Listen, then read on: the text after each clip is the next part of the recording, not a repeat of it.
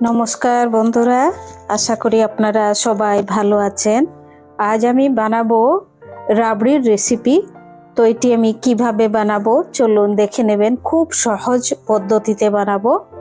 এটি যে কেউ বানাতে পারবেন খুব সহজে।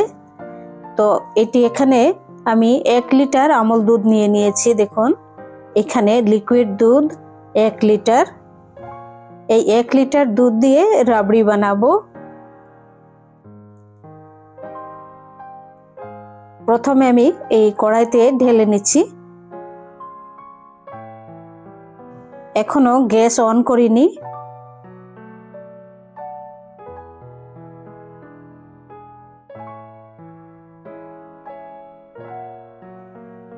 সম্পূর্ণ 1 লিটার দুধ ঢেলে নিলাম।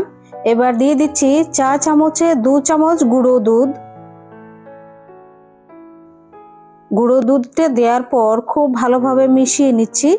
এখনো আমি পর্যন্ত মানে গ্যাসটা অন করিনি। গ্যাসটা অন করব যখন গুঁড়ো দুধটা মিশানো হয়ে যাবে, তখন গ্যাসটা অন করে দেব। মিশানো হয়ে গেছে, এবার গ্যাসটি অন করে দেব। এবার দিয়ে দিচ্ছি 2টি এলাচ।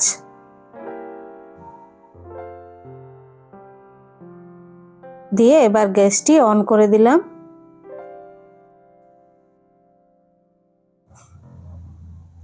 পাঁচ মিনিট গ্যাসের ফ্লেমটি খুব হাই ফ্লেমে রেখে এরকম ভাবে 5 মিনিট আমি জাল করে নিচ্ছি। আর 5 মিনিট পর গ্যাসের ফ্লেমটা একদম লো করে দেব। 5 মিনিট হয়ে গেছে। এবার গ্যাসের ফ্লেমটি লো করে জাল করে নিচ্ছি। আর দেখুন প্রথমে এরকম ভাবে আমি দুধের সর তুলে নিচ্ছি। এইরকম ভাবে সাইডে অল্প অল্প করে।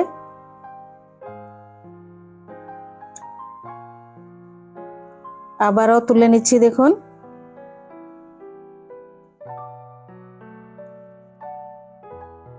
দারুণ সুন্দর হয়েছে, দারুণ সুন্দর। এইরকম ভাবে সাইডে তুলে নিচ্ছি।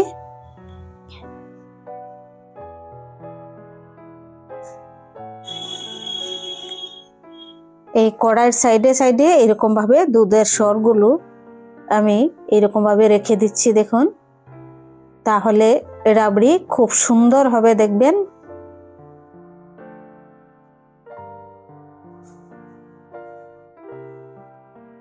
দু মিনিট পর পর এরকম ভাবে দুধের সরটা যখন জমা হবে তখন এরকম ভাবে সরিয়ে সাইডে রেখে দিতে হবে কড়াইয়ে। এই যে কড়াইয়ের ঠিক সাইডে এরকম ভাবে আমি রেখে দিচ্ছি। দেখুন সম্পূর্ণ এরকম ভাবে রাবড়ি তৈরি হয়ে গেছে। এবার গ্যাসটি আমি অফ করে দেব।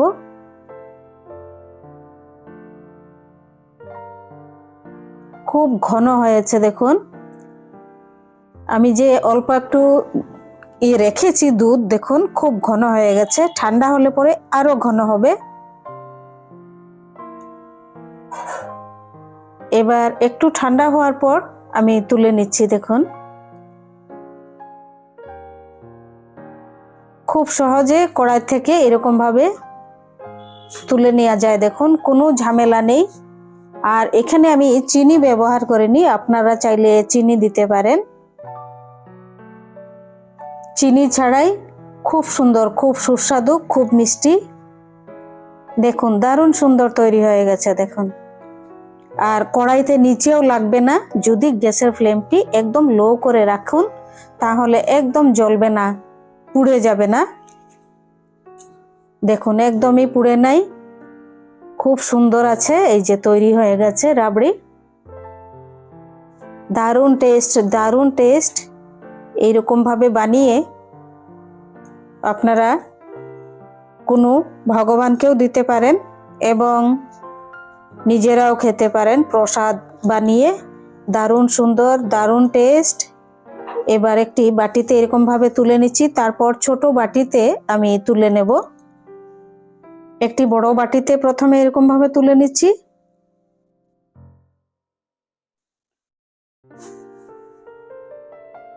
দারুণ সুন্দর হয়েছে, দেখুন তো।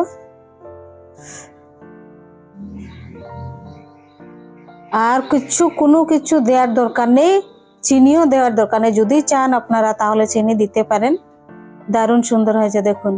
আর এটি ফ্রিজে সংগ্রহ করে রেখে রেখে রেখে রেখে আপনারা খেতে পারেন অনেক দিন। দারুণ সুন্দর। এই যে দেখুন, আমি ছোট বাটিতে তুলে নিয়েছি আর অল্প আলমন্ড এবং পেস্তা দিয়েছি অল্প। খুব সুন্দর। এটি সুন্দরের জন্য দিলাম এবং স্বাদ ও সুস্বাদুও হবে। আর রাবড়ির থেকে সুস্বাদু আর কি হতে পারে।